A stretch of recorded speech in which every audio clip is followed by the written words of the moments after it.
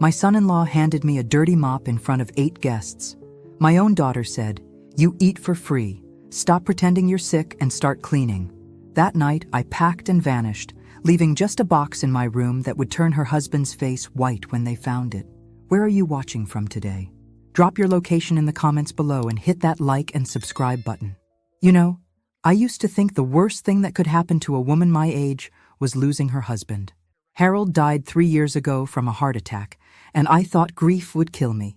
But sitting in that dining room in our Northern Virginia home, holding a filthy mop while 8 strangers stared at me with a mixture of pity and disgust, I realized there are worse things than death.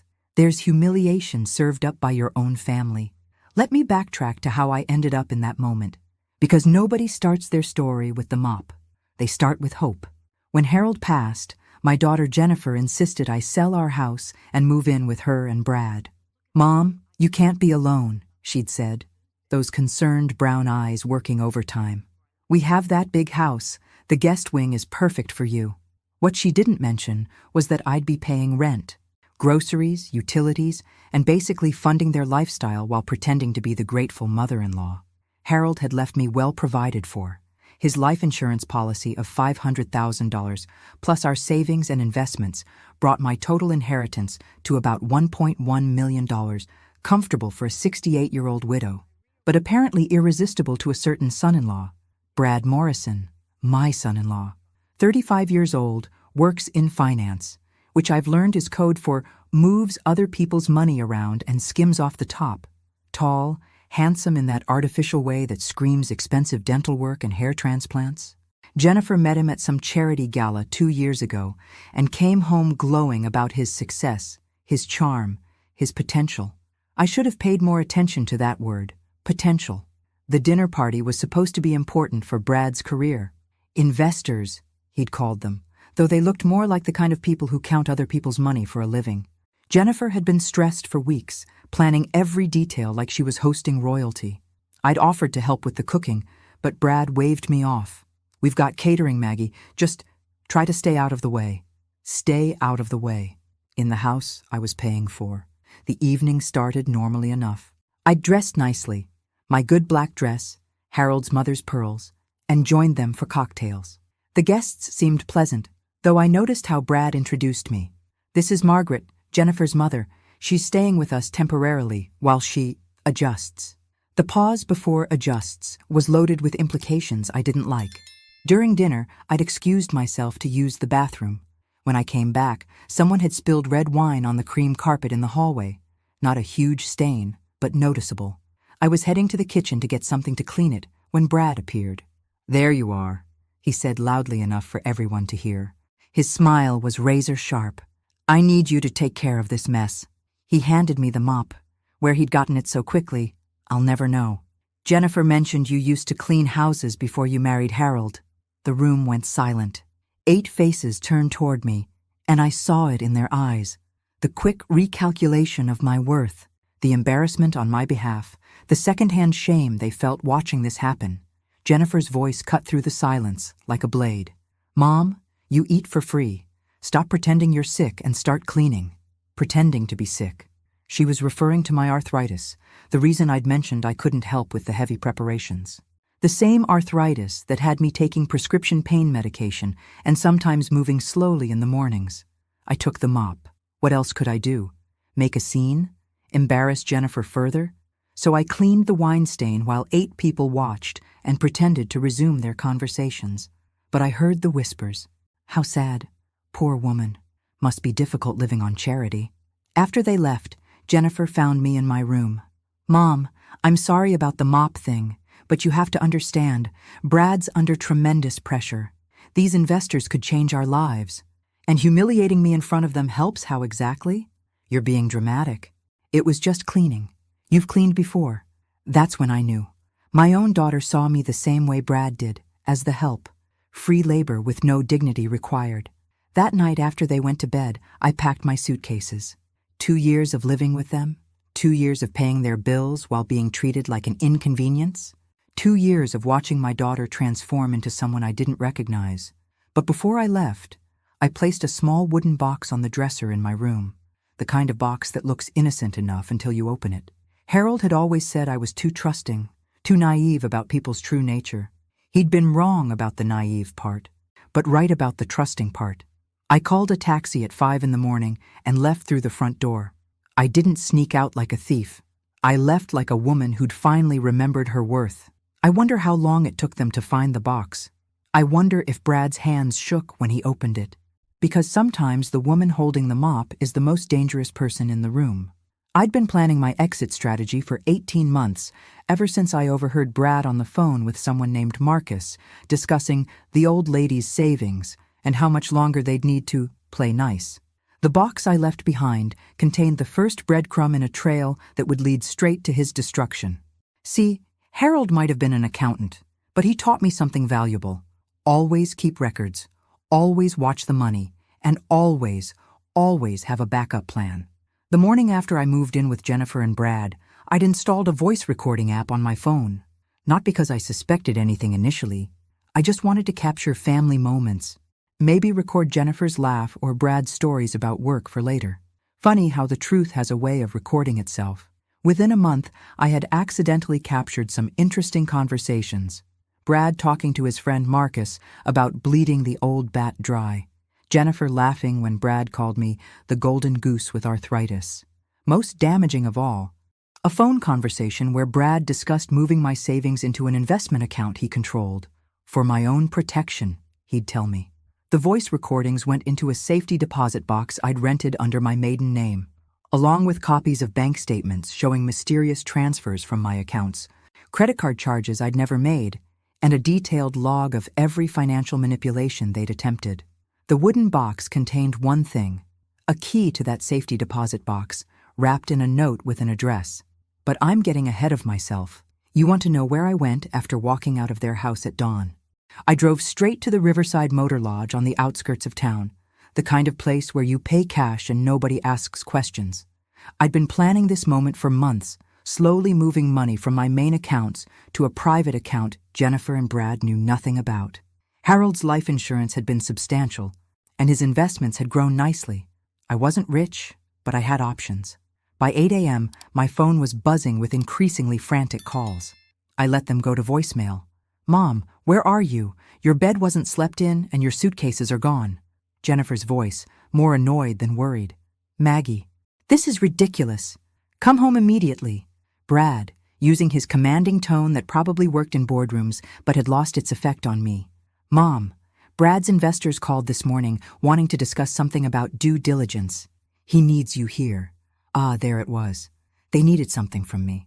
I ordered room service and spent the morning doing something I hadn't done in years, planning my life around what I wanted instead of what everyone else needed. At noon, my phone rang with a number I didn't recognize. "Mrs. Collins?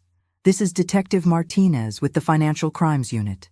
We received an interesting package this morning containing a safety deposit box key and some rather compelling documentation. Would you be available to come in and answer some questions?" I smiled for the first time in months. "I'll be right there, Detective."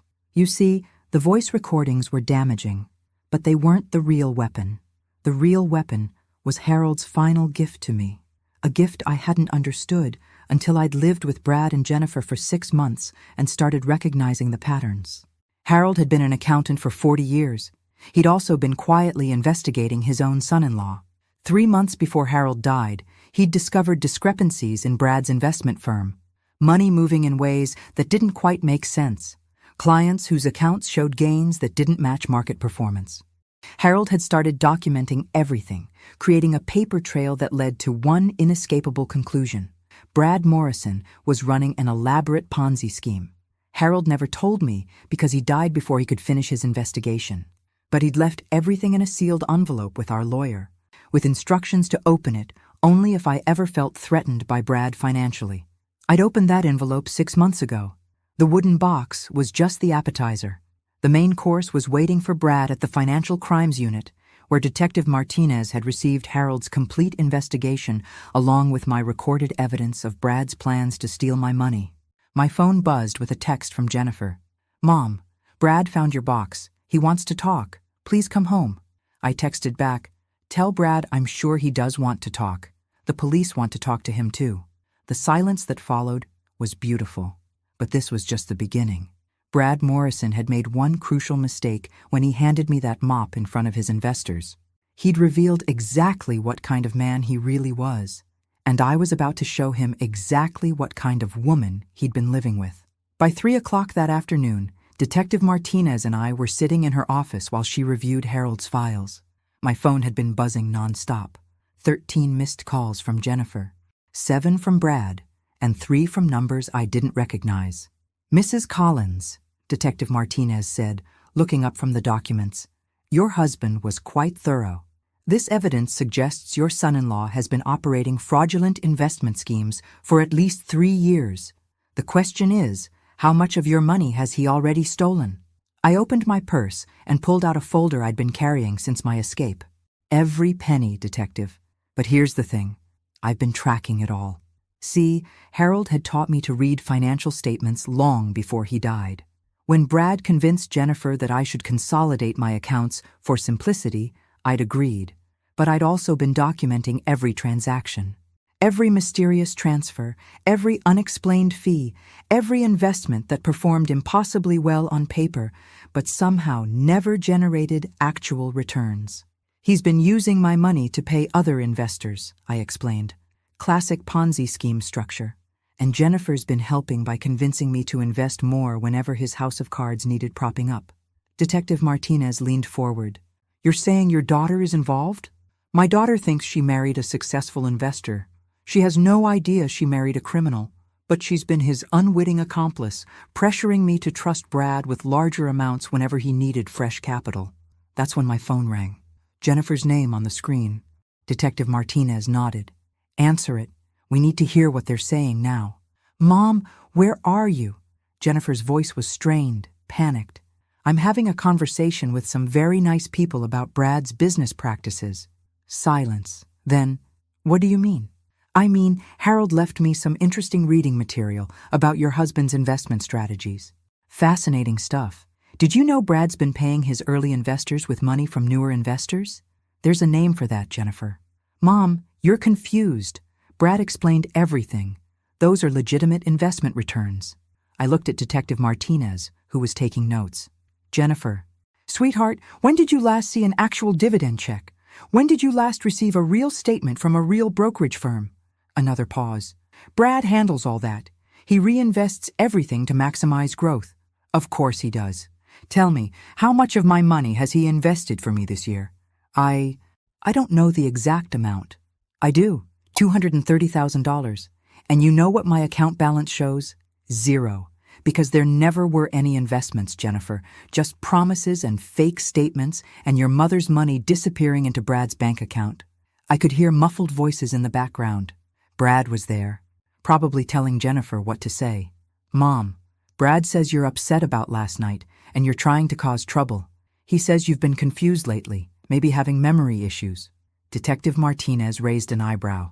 That was a new angle, questioning my mental competency. Standard playbook for financial elder abuse. My memory is fine, Jennifer. I remember every transaction, every lie, every time Brad convinced you to convince me to hand over more money. I also remember every word he said about me when he thought I couldn't hear. What are you talking about?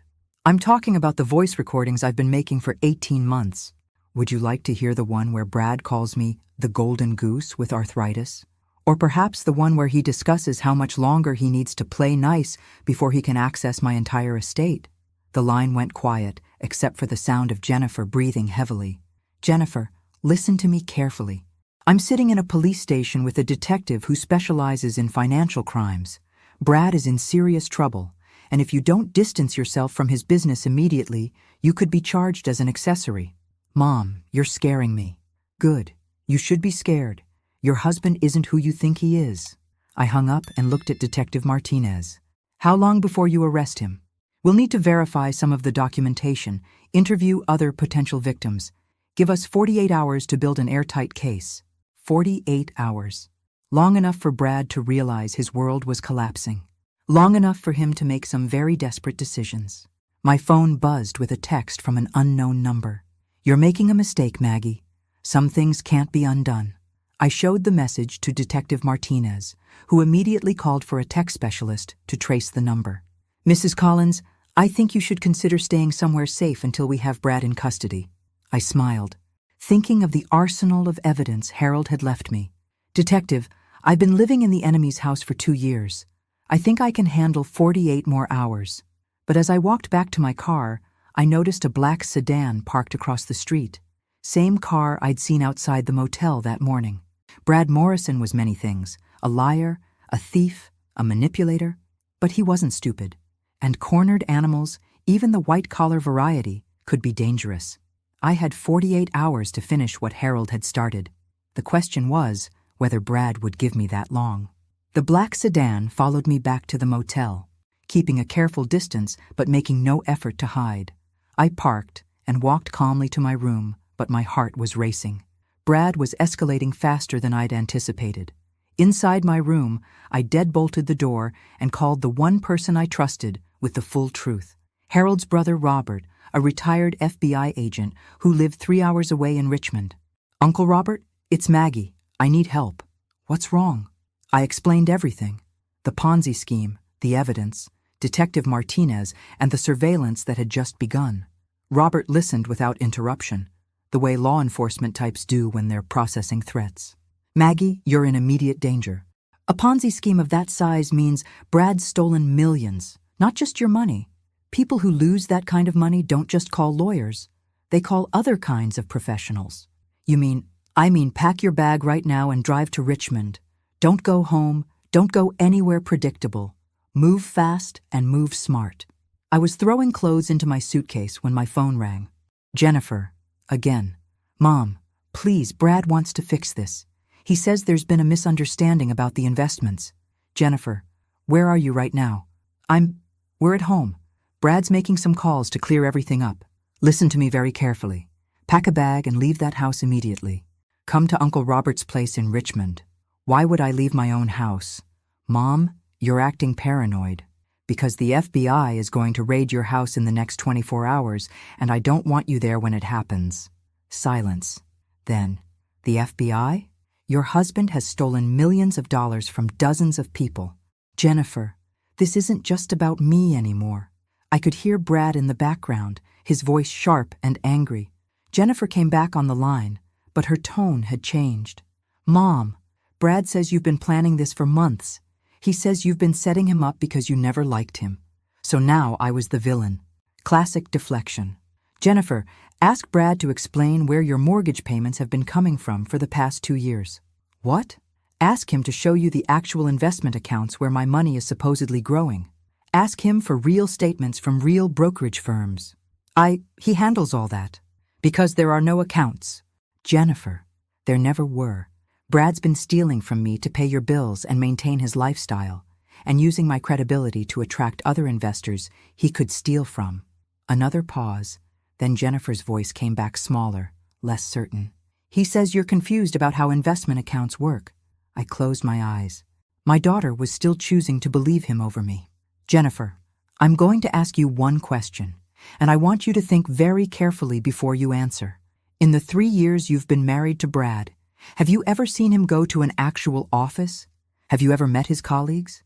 Have you ever seen concrete proof that his investment firm actually exists? The silence stretched so long I thought the call had dropped. Jennifer? Mom, Her voice cracked. I need to think. Think fast, sweetheart, because the walls are closing in. I hung up and finished packing. As I loaded my car, I noticed the black sedan was gone. Either they'd gotten bored or they were repositioning for something worse.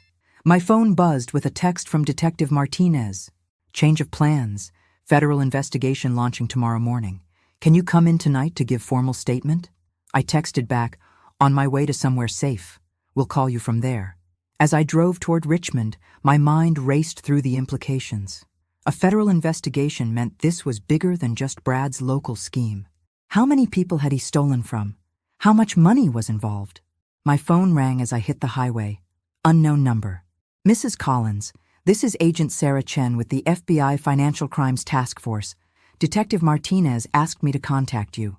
We understand you have extensive documentation of investment fraud involving Bradley Morrison. I do.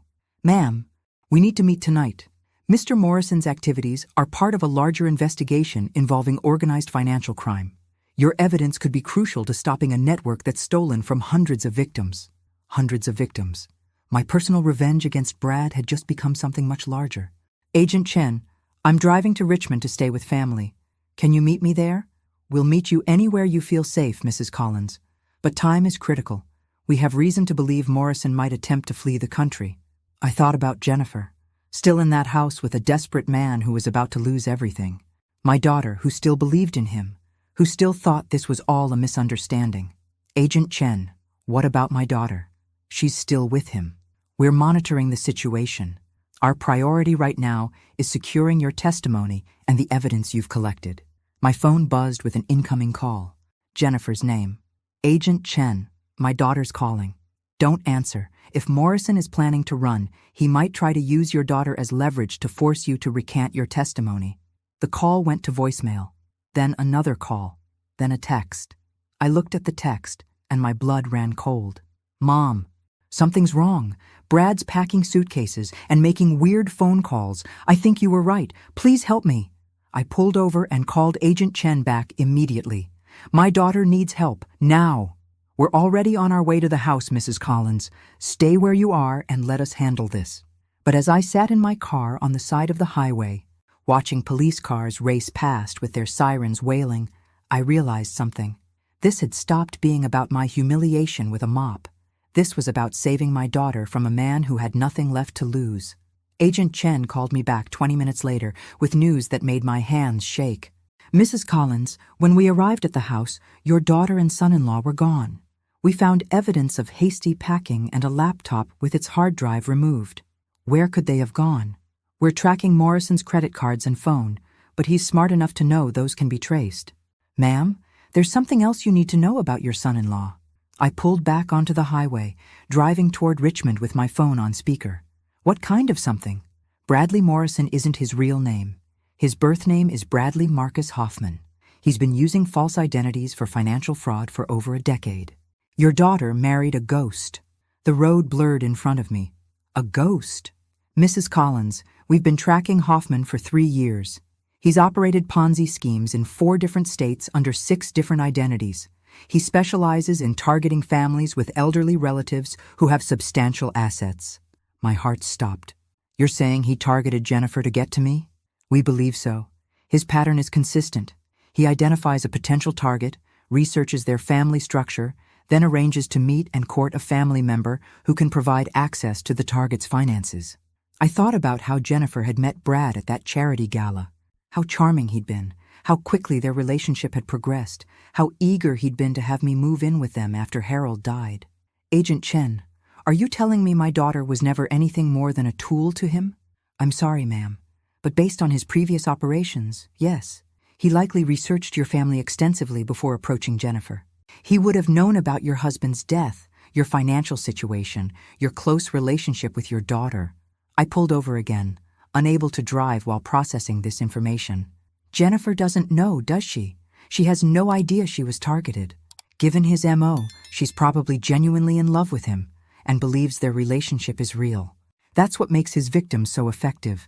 They're innocent accomplices who provide credibility and access. My phone buzzed with another text from Jennifer.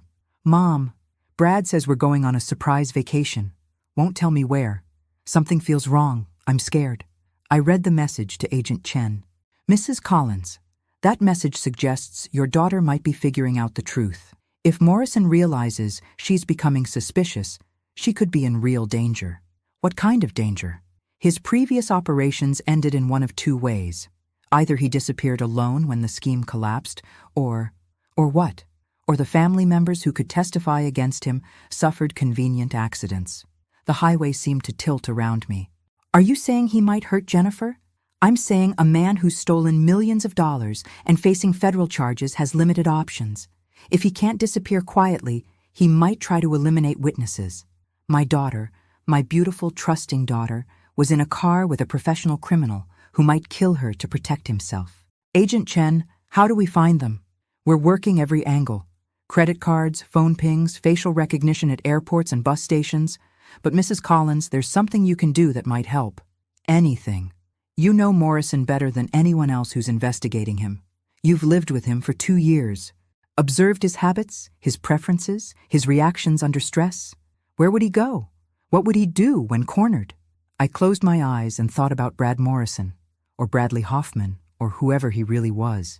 In 2 years of living with him, what had I learned about the man behind the mask? He was methodical. Everything he did was planned. He never acted impulsively. He was paranoid about money. He kept cash hidden in various places around the house. I'd seen him take bills from a coffee can in the garage, from behind books in his study. He was obsessed with having escape routes. He'd mentioned several times that he kept a storage unit for business documents and a safety deposit box at a bank across town. Most importantly, he was arrogant. He believed he was smarter than everyone else, that he could outthink any situation. Agent Chen, Brad's not panicking. He's executing a plan he's probably had ready for months. What kind of plan? He's got resources stashed away that we don't know about. Cash, maybe fake IDs, transportation. And he's not running randomly. He's going somewhere specific, somewhere he feels he has an advantage. Do you have any idea where? I thought about conversations I'd overheard, places Brad had mentioned, trips he'd taken alone for business. He's mentioned a cabin in West Virginia several times. Said it belonged to a business associate. Always talked about it, like it was his backup plan for when he needed to think. Mrs. Collins, that's exactly the kind of detail we need. Can you remember anything else about this cabin? He said it was near a lake, completely off the grid. No neighbors, no cell service. He called it his thinking place. We'll start running searches for property records in West Virginia connected to any of his known aliases. But even as I gave Agent Chen the information, a terrible thought was growing in my mind. If Brad had been planning an escape route for months, what role had he planned for Jennifer? The woman who could identify him, who knew his real personality, who could testify about his financial manipulations. In Brad's world, Jennifer wasn't his wife. She was a liability, and I was running out of time to save her. I made it to Uncle Robert's house in Richmond by midnight. He met me at the door with coffee and the grim expression of a man who'd spent 30 years dealing with criminals. Maggie, I've been making calls. This Bradley Hoffman is worse than you thought. How much worse? Robert led me to his kitchen table, where he'd spread out printouts and photographs. He suspected in the disappearance of 2 previous wives from his earlier schemes, women who got too close to the truth and then conveniently vanished. My coffee cup slipped from my hands, shattering on the floor. Disappeared how? Car accidents that couldn't be fully investigated. House fires with only one victim. Always perfectly timed to occur just as his financial schemes were being exposed. I stared at the photos of 2 women who looked remarkably similar to Jennifer. Young, attractive, trusting, both smiling in pictures that were probably taken during their happiest moments with the man they thought they'd married. Robert, how long do we have? Based on his pattern, not long. He's probably already decided whether Jennifer lives or dies. The question is whether he's gotten her to wherever he plans to make it happen. My phone rang. Agent Chen. Mrs. Collins, we found the cabin. It's registered to a Marcus Bradley Holdings LLC in Mineral County, West Virginia. We're mobilizing a tactical team, but it's a 4-hour drive through mountainous terrain. What about Jennifer? We picked up her phone signal heading in that direction 3 hours ago, then it went dark. Could be the terrain, or Morrison could have destroyed the phone. I'm coming with you. Ma'am, that's not possible. This is a federal operation. Robert took the phone from me. Agent Chen, this is Robert Collins, retired FBI. I'm the victim's uncle, and I'm driving her to West Virginia whether you want us there or not. She knows Morrison's psychology better than anyone on your team. A pause. Then, Mr. Collins, you can observe from a safe distance, but under no circumstances are you to interfere with the operation. We left Richmond at 2 a.m., following Agent Chen's team into the mountains of West Virginia. During the drive, I called Detective Martinez to update her on the federal investigation. Mrs. Collins, there's something you should know. After Morrison disappeared, we executed a search warrant on his house. What we found in his office suggests this was bigger than just a Ponzi scheme. What did you find? Documentation for at least 12 different identities, detailed psychological profiles of potential victims, and what appears to be a how-to manual for targeting elderly victims through their families. A manual? Step-by-step instructions for researching targets, approaching family members, building trust, gaining financial access, and what he calls endgame scenarios for when the operation needs to be terminated. What kind of endgame scenarios? Mrs. Collins, your son-in-law is a professional predator. This isn't just about money. It's about the systematic exploitation and elimination of elderly victims and their families. Robert was listening to the conversation while driving. He caught my eye in the rearview mirror. Maggie, this changes everything. We're not just trying to save Jennifer from a desperate criminal. We're trying to stop a serial killer. As we drove deeper into the mountains, I thought about the past 2 years living with Brad. All those moments when I'd felt uncomfortable but couldn't put my finger on why. The way he watched me sometimes, like he was studying my reactions. The questions he'd ask about my health, my medications, my daily routines. He hadn't just been planning to steal my money. He'd been planning my death. The only thing that had saved me was my own paranoia.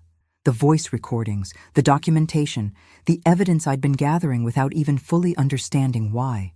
At 5 a.m., we reached the staging area where Agent Chen's team was preparing for the approach to the cabin. Through binoculars, I could see smoke rising from the chimney of a small structure about half a mile away.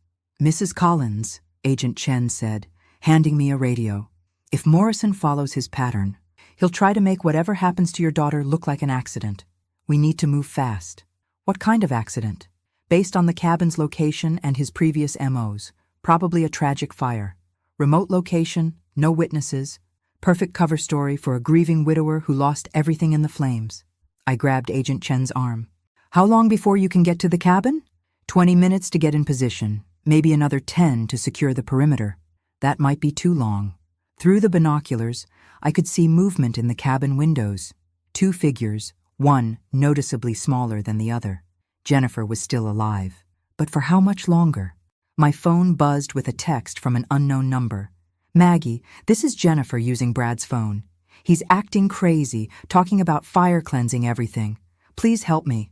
I showed the message to Agent Chen, whose face went pale. He's accelerating the timeline. We need to move now. But as the tactical team prepared to advance on the cabin, I realized something that made my blood freeze. Brad wasn't just planning to kill Jennifer and disappear. He was planning to kill her in a way that would also destroy all the evidence of his crimes and frame me for her murder. Agent Chen, I said, grabbing her radio, you need to know something about Brad's plan. He's not just trying to eliminate Jennifer as a witness. What do you mean? Think about it. He disappears. Jennifer dies in a tragic fire, and who's the only person who benefits? The bitter mother-in-law who's been accusing him of financial fraud. The unstable widow who's been causing trouble for months. Agent Chen's eyes widened as she understood. He's setting you up to take the fall for her murder. The voice recordings I made could be twisted to sound like I was planning revenge. The financial evidence could be dismissed as the paranoid delusions of a grieving woman. If Jennifer dies and Brad disappears, I become the prime suspect. That's why he didn't kill you himself, Robert said grimly. He needed you alive to be the scapegoat. Through the binoculars, I watched smoke continuing to rise from the cabin chimney. But something was wrong with the smoke. It was too thick, too dark. Agent Chen, that's not chimney smoke. Something's burning inside that cabin. She grabbed her radio. All units, expedite approach. Structure fire in progress. But even as the tactical team raced toward the cabin, I knew they might be too late. Brad had probably been planning this moment for weeks, maybe months. He'd have everything timed perfectly. My phone rang. An unknown number. Answer it, Agent Chen said. Keep him talking. Hello, Brad. Maggie. His voice was calm, almost cheerful. I wondered when you'd figure out where we were. Let Jennifer go. Your quarrel is with me. Oh, Maggie. You still don't understand, do you? Jennifer was never the target. You were. She was just the key to your life insurance policies, your bank accounts, your trust and family. I could hear Jennifer's voice in the background, crying, pleading. Brad, I'll give you whatever you want. Money, testimony, recanting my accusations, anything. Just let her walk away. You know what I want, Maggie? I want you to suffer the way my other targets suffered. I want you to lose everything that matters to you before you die. Other targets? Did you really think you were special? You're number 7, Maggie. 7 families I've destroyed, 7 trusting women I've eliminated, 7 perfect crimes that no one ever solved. Agent Chen was frantically signaling her team. They were still 5 minutes from the cabin. Tell me about the others, Brad. Why? So you can feel special in your final moments? Eleanor in Michigan thought she was smart too. Kept detailed financial records, suspected what I was doing. Her house fire was particularly tragic. Happened right after her daughter's mysterious car accident. My heart stopped. You killed the daughters too? Only when they became problems. Jennifer's been asking too many questions lately. Wants to see bank statements, talk to other investors. She's becoming inconvenient. Brad, listen to me. The FBI knows everything. They know about all your identities, all your previous schemes. Running won't work this time. His laugh was cold. Running? Maggie, I'm not running. I'm disappearing. There's a difference. Bradley Morrison dies in this fire along with his wife. His death certificate will be filed in 3 different states. The man who walks away from this cabin doesn't exist yet. Through the radio, I could hear Agent Chen's team reporting their position. Still 3 minutes out. What about all the money you stole? What was the point if you're just going to disappear? Oh, the money's quite safe. Transferred to accounts under identities that won't exist until tomorrow. I'll be someone new by midnight. Maggie, someone with a very comfortable nest egg and a clean slate. And Jennifer? Jennifer serves her final purpose, a grieving widow who dies tragically in the same fire that claims her husband. 2 victims of their mother-in-law's revenge plot. The smoke from the cabin was getting thicker. Through the binoculars, I could see flames starting to show through the windows. Agent Chen, how long now? 2 minutes. But I could hear Jennifer screaming in the background of the phone call. 2 minutes might be too long. Brad, I said, making a decision that would either save my daughter or kill us both. There's something you should know about those financial records you're trying to destroy. What? They're not the only copies. Harold wasn't just investigating you. He was working with federal agents before he died. Everything you've done, every crime you've committed, it's all documented and safely stored with the FBI. Silence on the line. Then, you're lying.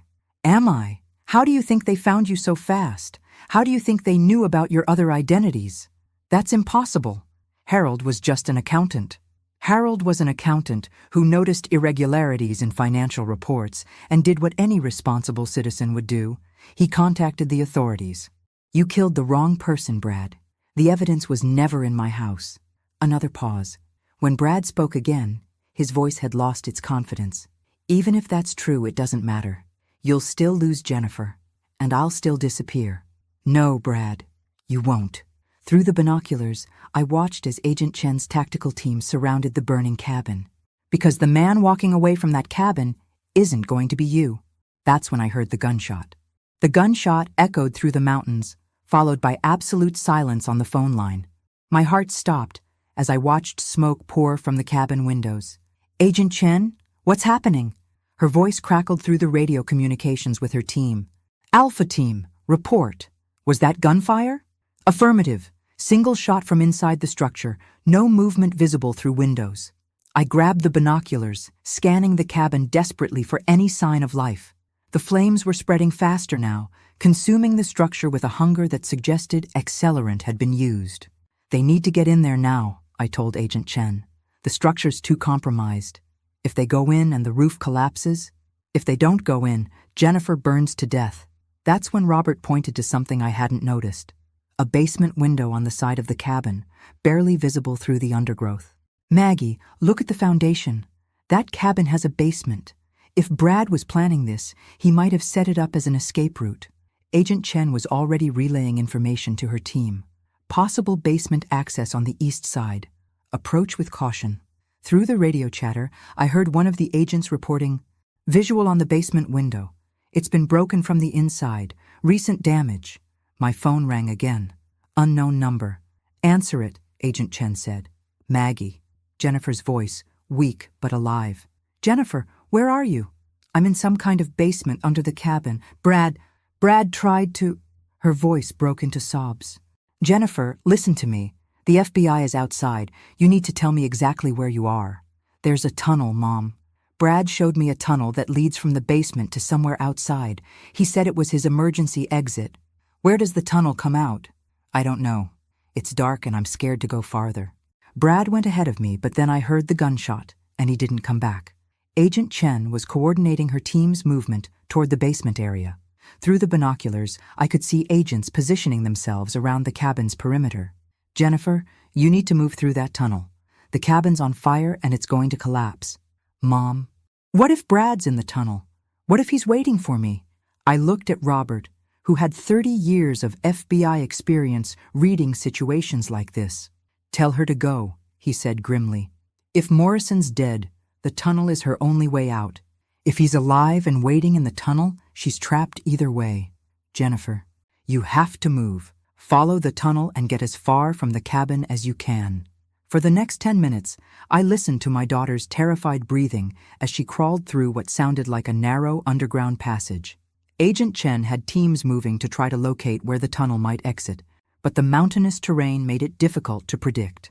Mom, I see light ahead. I think I'm almost out. Jennifer, when you exit the tunnel, you need to identify yourself immediately. There are FBI agents everywhere, and they might mistake you for Brad. Okay, Mom, I'm at the end. I can see trees and see. Oh, God! What? Jennifer, what do you see? There's blood, Mom. A lot of blood. And Brad's gun is on the ground, but he's not here. Agent Chen grabbed my radio. Jennifer, this is Agent Chen with the FBI. Don't touch anything. Stay exactly where you are and keep talking so we can locate you. I'm in a clearing about 50 yards from the cabin. There's a creek and some kind of old hunting blind. Jennifer, I said, look around carefully. Do you see any movement? Any sign of where Brad might have gone? Mom, there's a trail of blood leading toward the creek. It looks like someone was dragging themselves or dragging something. Agent Chen was directing her teams toward the creek area when my phone rang again. This time I recognized the number. It was Brad's real phone. He's still alive, I whispered. Answer it, Agent Chen said. Keep him talking while we triangulate his position. Hello, Brad. You clever bitch. His voice was strained, pained. You actually convinced her to turn against me. Jennifer figured out the truth herself. She's not stupid, Brad. No, she's not. That's why she's going to die in that tunnel collapse I just triggered. My blood turned to ice. What tunnel collapse? Did you really think I only had one escape plan? The tunnel's rigged with explosives, Maggie. Your daughter has about 2 minutes before the whole underground system comes down. Through the radio, I could hear Agent Chen frantically directing her teams. All units, possible explosive devices in underground tunnel system. Evacuate Jennifer Collins immediately. Jennifer! I screamed into my phone.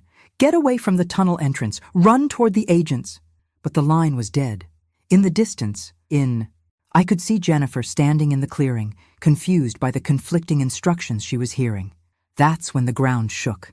The explosion was muffled but powerful, sending a plume of dirt and debris shooting up from multiple points around the cabin. The burning structure above collapsed completely, and I watched in horror as the clearing where Jennifer stood started to crack and sink. Jennifer! I screamed, dropping the radio and running toward the cabin, despite Agent Chen's shouts for me to stay back. I could see my daughter trying to run, but the ground beneath her feet was unstable, breaking apart as the underground tunnel system collapsed. Behind her, something moved in the trees. A figure stumbling through the underbrush, dragging one leg. Brad, still alive, still hunting, and my daughter was trapped between a collapsing landscape and a wounded predator who had nothing left to lose. I ran faster than I had in 20 years, driven by a mother's desperate need to reach her child before a monster destroyed everything I loved. But I wasn't going to make it in time. I watched my daughter stumble and fall as the ground beneath her gave way. The clearing was collapsing into the destroyed tunnel system, creating a sinkhole that threatened to swallow everything. Behind her, Brad emerged from the trees, his shirt soaked with blood from what looked like a shoulder wound. He was carrying something in his good hand, not a gun, but what appeared to be a detonator. "One more surprise, Maggie," he called out, his voice carrying across the chaos. The cabin wasn't the only thing I rigged to blow. Agent Chen's voice crackled through the radio I'd dropped. "Mrs. Collins, get back. We've identified multiple explosive devices throughout the area." But I kept running. Jennifer was trying to climb out of the collapsing clearing, dirt and debris sliding down around her. She was 20 feet from safety, but might as well have been 20 miles. That's when I understood Brad's real plan.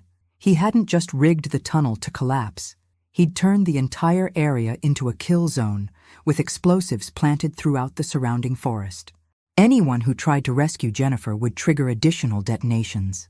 The perfect murder-suicide that would eliminate all witnesses while making it look like the unstable mother-in-law had orchestrated the whole thing. "Brad!" I shouted, stopping just outside what I hoped was the blast radius. "You want me? Here I am. Let Jennifer go and finish what you started." He laughed, the sound echoing off the mountains. "Oh, Maggie, you still think this is about revenge. This was never personal, it was just business." "What business?" "The business of disappearing. You see, Bradley Morrison was always meant to die here. The question was whether he'd die alone or take his family with him." Jennifer had managed to grab onto a tree root and was pulling herself up from the sinkhole. But Brad was moving toward her, limping but determined. "The explosion that's coming will be big enough to destroy all the evidence," he continued. "Bodies will be unidentifiable. The official story will be that a disturbed widow killed her daughter and son-in-law before taking her own life. Except you won't be dead. Bradley Morrison will be dead.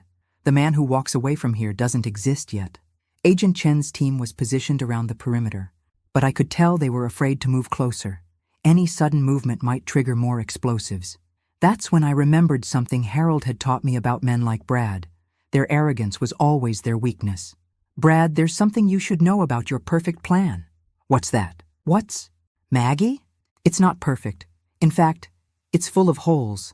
I pulled out my phone and held it up so he could see it. "I've been recording this entire conversation. Every threat, every confession, every detail of your plan to murder federal agents and frame me for your crimes." His face changed, confidence wavering for the first time. "You see, Harold taught me to always have backup plans. The evidence I gave the FBI was just the beginning. The real insurance policy is the live stream I've been broadcasting to a private server for the past hour." That was a lie, but Brad didn't know that. "Even if you kill everyone here, even if you destroy all the physical evidence, there are recordings of everything you've said and done. Recordings that will make it impossible for you to disappear." "You're bluffing." "Am I? Agent Chen, would you mind confirming for Brad that his confession has been recorded?" Agent Chen's voice came through clearly on the radio. "Mr. Morrison, or should I say Mr. Hoffman, everything you've said has been documented. Even if you complete your plan here, you'll never be safe. We'll hunt every identity you've ever used." I watched Brad's face as the reality sank in. His perfect disappearing act had been compromised from the moment he'd started talking. "You know what your real mistake was, Brad?" I called out. "You assumed I was just a helpless old woman. You never considered that Harold had prepared me for exactly this kind of situation." "Prepared you how?" "By teaching me that sometimes the best defense is making sure your enemy destroys himself." I held up a second device. Harold's old tape recorder, the one he'd used for dictating financial reports. I'd been carrying it since leaving the motel, recording everything as backup to the backup. 40 years of marriage to an accountant teaches you to document everything, Brad. Every conversation, every threat, every admission of guilt. Brad raised the detonator, his face twisted with rage. "It doesn't matter. I'll kill all of you and deal with the recordings later." That's when Agent Chen's sharpshooter, positioned in the trees behind Brad, took his shot. The detonator flew from Brad's hand as the bullet struck his wrist. He screamed and fell to his knees, blood flowing from the fresh wound. Jennifer used the distraction to pull herself completely out of the sinkhole and run toward the FBI agents. As Brad knelt in the dirt, clutching his wounded wrist, I walked over and picked up the detonator. It was heavier than I'd expected, with multiple switches and lights. "Maggie," Brad gasped, looking up at me with something that might have been respect. "You actually beat me." "No, Brad, I didn't beat you." I looked down at the man who'd stolen my money, humiliated me in front of strangers, and tried to murder my daughter. "I just refused to be your victim." Agent Chen and her team moved in to secure Brad and defuse the remaining explosives. As they led him away in handcuffs, he looked back at me one final time. "This isn't over, Maggie." I smiled, thinking of the mountain of evidence that would put him away forever, the recordings that would destroy any hope of escape, and the daughter who was safe in my arms. Yes, Brad, it is. 3 months later, I sat in a federal courthouse watching Bradley Marcus Hoffman, his real name, we'd learned, receive 7 consecutive life sentences without possibility of parole. The evidence Harold and I had collected, combined with the FBI's investigation, had uncovered the full scope of his crimes. 11 murders disguised as accidents, 47 victims of financial fraud, and a network of accomplices across 6 states. Jennifer sat beside me, still processing the truth about the man she'd married. The past 3 months had been difficult for her, learning that her entire relationship had been a lie, that she'd been chosen as a target rather than loved as a person, that her mother had been trying to protect her from a monster. "Mom," she said as we watched Brad being led away in shackles, "I owe you an apology I'll never be able to fully give. You don't owe me anything, sweetheart. You were a victim too. I chose him over you. I believed his lies instead of trusting my own mother." I took her hand, thinking about everything we'd both lost and found in the past few months. "Jennifer, if I learned anything from this experience, it's that family isn't about being right or wrong.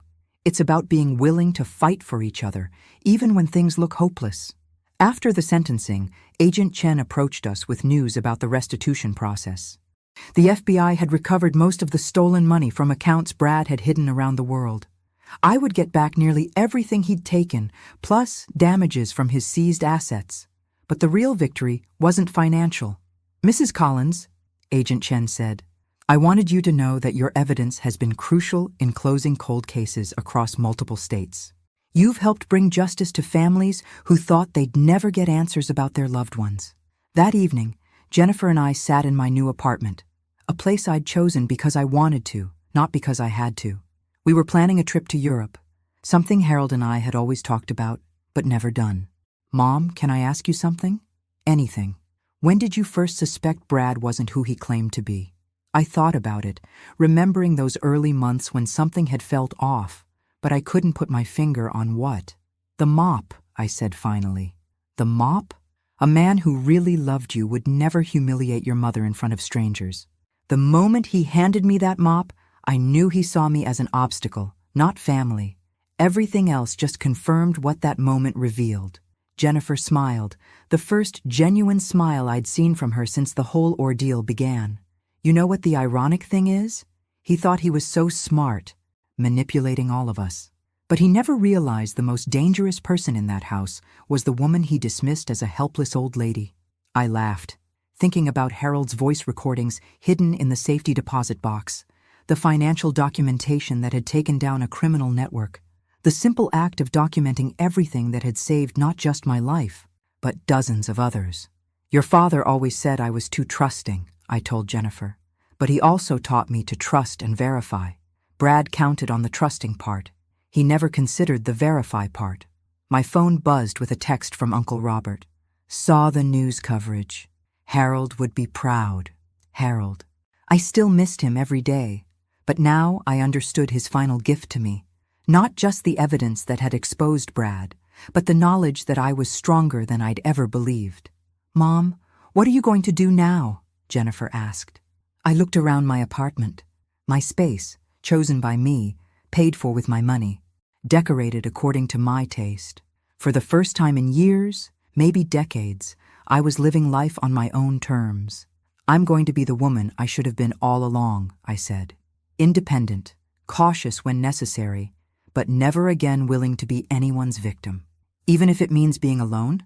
I smiled, thinking of the support group I'd joined for families of financial crime victims, the volunteer work I'd started doing with Agent Chen's department, the friends I was making who valued me for who I was rather than what I could provide. "Jennifer, I learned something important from this whole experience. Being alone and being lonely are two different things. I was lonelier living in your house, being taken for granted every day, than I am now living independently and choosing my own relationships." 6 months later, I received a letter from Brad in federal prison. Jennifer had gotten one too, but she'd thrown it away unopened. I decided to read mine. "Maggie," it began, "I wanted you to know that I respected you more than any of my other victims. You were the only one who figured out my game and turned it against me. In another life, we might have been allies instead of enemies. I folded the letter and put it in the shredder. Some people, I'd learned, never change. They just find new ways to manipulate from wherever they end up. But I had changed. The woman who'd meekly accepted that mop 3 months ago no longer existed. In her place was someone who understood that respect isn't given. It's demanded. That family means people who build you up, not tear you down. And that sometimes the most powerful thing you can do is refuse to be what other people need you to be. My phone rang. Jennifer's name on the screen. "Hi, sweetheart." "Mom, I was thinking about our trip to Paris. What if we extended it to include London and Rome? I know Dad always wanted to see the Colosseum." I smiled, looking at the photo of Harold on my mantle. He was smiling too, the way he always did when he was proud of something I'd accomplished. "I think that's a wonderful idea, Jennifer. Your father would love that we're finally taking that adventure." "Mom?" "Yes? Thank you for not giving up on me, even when I didn't deserve it. That's what mothers do. Sweetheart, we fight for our children, even when they can't fight for themselves." After hanging up, I sat in my favorite chair, the one I'd bought because I liked it, not because it matched anything else, and thought about the woman I'd become. She was stronger than the woman who'd been handed that mop. She was wiser than the woman who'd trusted a charming son-in-law without question. She was more independent than the woman who'd defined herself through other people's needs. But most importantly, she was someone who would never again confuse being useful with being valued. Harold had always said that the best revenge is living well. As I sat planning my European adventure, surrounded by friends who valued me and a daughter who finally understood what she'd almost lost, I realized he'd been right. Sometimes the woman holding the mop really is the most dangerous person in the room.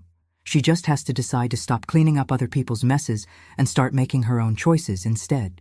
The box I'd left behind had contained a key to freedom, not just from Brad's schemes, but from a life where I'd forgotten my own worth. Now finally, I was free to be exactly who I wanted to be, and it felt magnificent. Thanks for listening. Don't forget to subscribe and feel free to share your story in the comments. Your voice matters.